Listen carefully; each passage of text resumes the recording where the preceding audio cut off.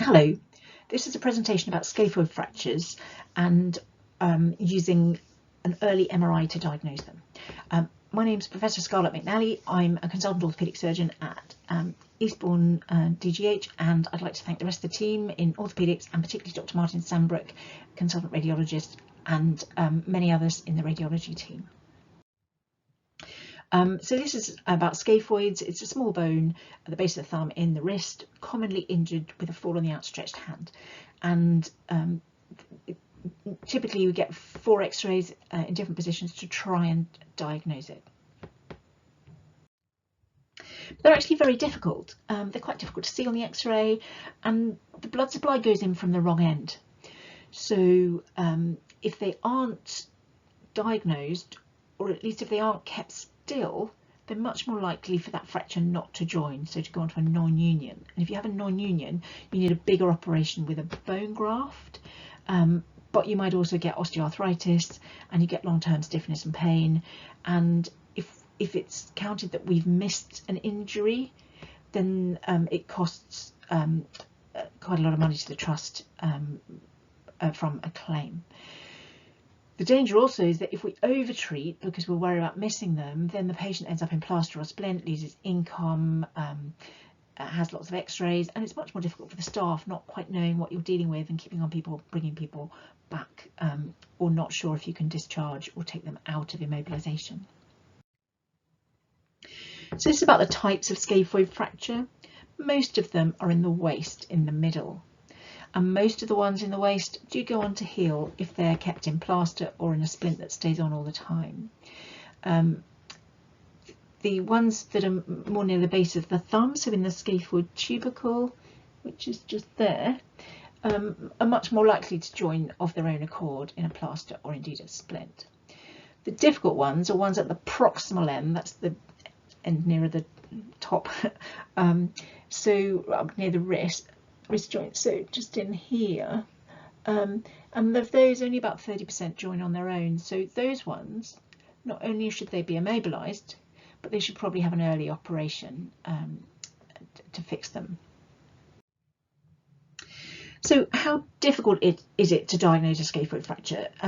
Quite a lot of studies have shown it's very difficult, and 41% of all acute scaphoid fractures aren't detected after clinical examination and initial x-rays. And in fact, on the x-rays, even with hindsight, even with a darkened room, really good radiologist, 16% of scaphoid fractures you just can't see on the first x-rays. They only are apparent later. In clinical examination is much worse. Only 9% actually show up at all when you're trying to examine. You can't be clear. And examining the patient later at 2 weeks is still quite poor at picking up a scaphoid fracture. They're also more difficult because the type of person they occur in, often a fit young person, thinks they've got a wrist sprain, they're not used to being in hospital or getting things checked out, and they've got that mentality that things will settle, as things usually do, but this scaphoid doesn't. And they also, because it's a traumatic injury, although they often don't commonly occur at night, you've got to have a system where people will come out of hours in the evenings, weekends. You can't just have your best expert ready to receive them. You've got to be staffing the whole rota across 168 hours a week. So you actually need a clear plan. I mentioned complications are common. The complications, non-union is not joining. Avascular necrosis is when the part of it doesn't pick up a good blood supply. So it may join, but part of the bone almost disintegrates, the bit that's kind of nearer towards the elbow. And the other problem is about delayed return to work, or the whole wrist collapsing a little because it's less stable and you get some arthritis. The MRI scan is a special sequence. It only takes 6 minutes.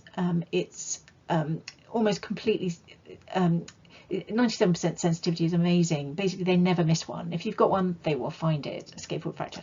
And it also finds other injuries, which is quite helpful. Then you can tell the patient how to manage it.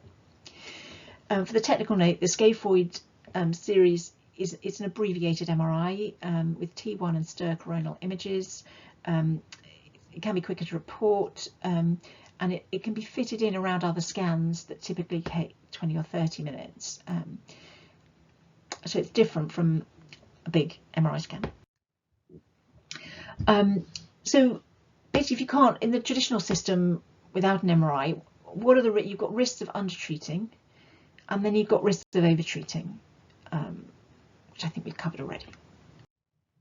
So what can you do? Number one thing is you can splint or plaster. It's got to be immobilised, and it's got to keep it on all the time. Just maybe taking a splint off just to wash the skin and then put it straight back on again.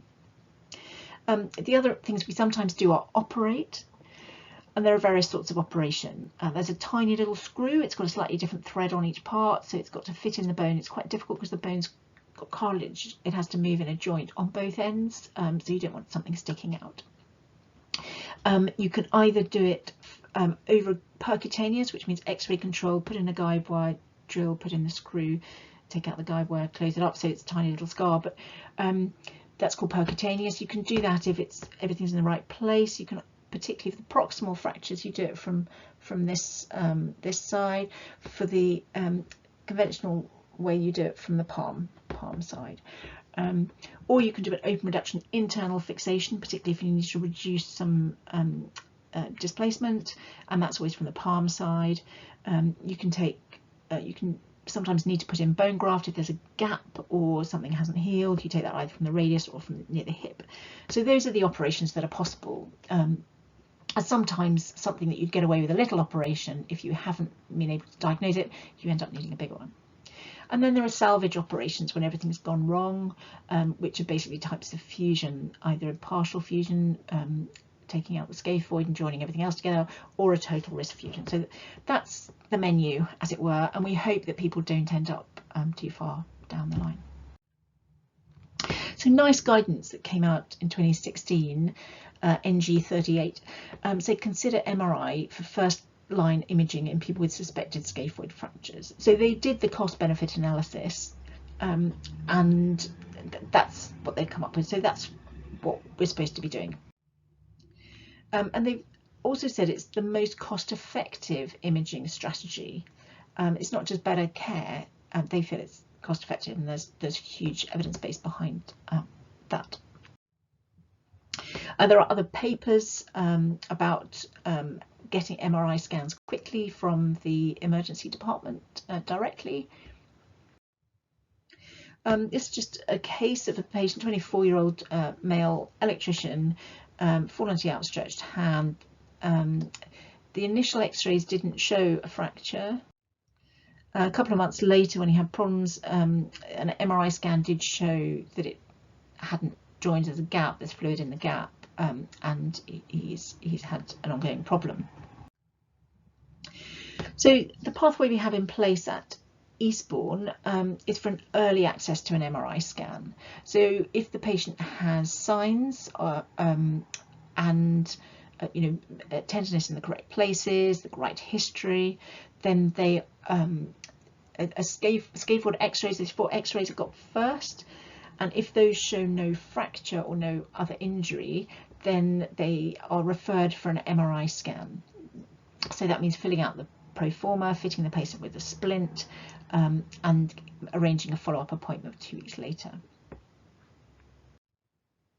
So this is the pro forma. We'll go through it later. And the team have analysed 570 patients over the 5 years in Eastbourne. 78% had a scan within 3 days of their injury, and the mean time for reporting is 1.3 days. Of them, actually only 64 actually had a scaphoid fracture, but that saved a lot of them from being unnecessarily immobilised. Large numbers had another injury, and again treatment could be targeted for that. Some people had another condition such as osteoarthritis or a ganglion, and a few had normal scans, and that's just displaying it graphically in a chart. So in conclusion, the acute scaphoid protocol reduced the number of outpatient appointments, reduced the time spent in plaster, reduced the number of x-rays, and is better for the patient. There's then been another comparison one of the registrars has just done, comparing 100 patients at Eastbourne and 100 at Conquest. And as I said, the MRI scan doesn't miss fractures. On the traditional kind of way of managing people, looking at 100 scaphoid x-rays have been taken, following up patients. 22 of those had their scaphoid fracture appropriately diagnosed on early x-rays, which was great. 6 of them didn't and needed an MRI scan to diagnose a bit later. 3 of them developed non-union, which required late operation with bone graft, and 6 never had a fracture diagnosed but had prolonged immobilization, kind of just in case. So we're trying to start a pilot in Conquest, and we really need your help. So it's basically fill out a pro forma and either take it or get the patient to take it to the MRI booking coordinator in hours, or out of hours. There's a metal box on the wall in main reception where all the out of hours request forms go. And this is the pro forma that's in 4 pages. I'm going to go through each. And just to mention, page 4 is for radiology use only, so I'm just going to go through the 3. So page 1 is basically basic information, and then there's a normal form as you fill out for an x-ray. So that's it's on the paperwork already, you just fill it out as you would ordinarily. Page 2 is the MRI questionnaire. So have they got metal or shrapnel anywhere? Have they had an injury? Have they had a heart operation, for example? Have they had piercings? Have they got an artificial limb? That kind of thing. And the patient needs to sign that once you've asked them the questions. And page 3 is for the acute MRI scaphoid pilot. So the first circle I think is, this is the practitioner requesting it, so it needs a GMC number or a PIN number on there. It needs a patient phone number and ideally a second phone number in case they're out. It's normally their mum or dad. Then there's the exclusion criteria. So this is, have the patient been examined, have x-rays been taken. And then there's certain actions to do, and these include a splint, giving the patient information, talking about smoking cessation if relevant, and giving a fracture clinic appointment for 2 weeks. Just going to the examination part now. We know about the anatomical snuff box, and that's you just go down from the radius down a little bit further, just where it stops being radius, you can feel that's the scaphoid. We know that, and that's often tender, and often between those tendons that's there's kind of bulging rather than a dip. The other place to look is at the scaphoid tubercle, and you can find that at the base of the wrist here. You can see that it's not radius because it's moving, so that's radius, and that isn't. That's the scaphoid, and see if it's tender there. And the proximal pole, these are ones not to miss. It's actually easier with the wrist bent down into the palm, and you can feel Lister's tubercle that's on the radius, and then down a bit is the scaphoid. So that's the proximal polar scaphoid. And these are patient information leaflets. If you hover your phone over the QR code, you might be able to pick it up now, or they're available on esht.nhs.uk if you go to trauma and orthopaedics in terms of service, and then patient information leaflets, you can find it under scaphoid. And in the emergency departments, there are posters with those QR codes on the wall. And there are lots of other benefits, particularly to the staff. Managing uncertainty is really quite difficult, so it's lovely, absolutely delightful to have the certainty. You can give really good advice knowing exactly what's going on. Just some financial aspects. These are the words. It's basically we need to be compliant with NICE guidance. It is quite a short MRI scan, so it's not so expensive.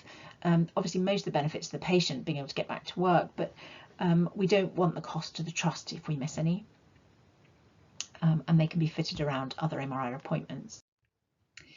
And this is just in terms of numbers. The costing has been put at about £149 for the MRI, but it is saving in fracture clinic time, further x-rays and further plaster. So in fact it comes out slightly cheaper, the fast track, £313 as against 367.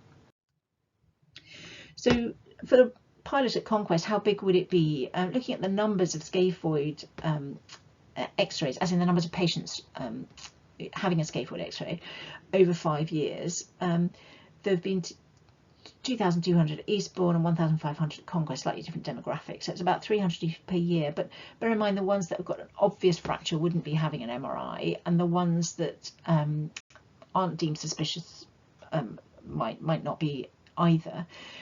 So it ends up about 3 a week, essentially. We've got some references, and the summary is this is a rapid MRI for scaphoid fractures is better quality care. It's nice recommended best practice. It's nice for the patient, and it's nice for the clinician. And I'd like to thank radiology, orthopaedics, the casting team, and the emergency units for working with us and with the patients on this. And I really appreciate that the Eastbourne Emergency Department team are helping the Conquest team with the new pilot. Thank you very much.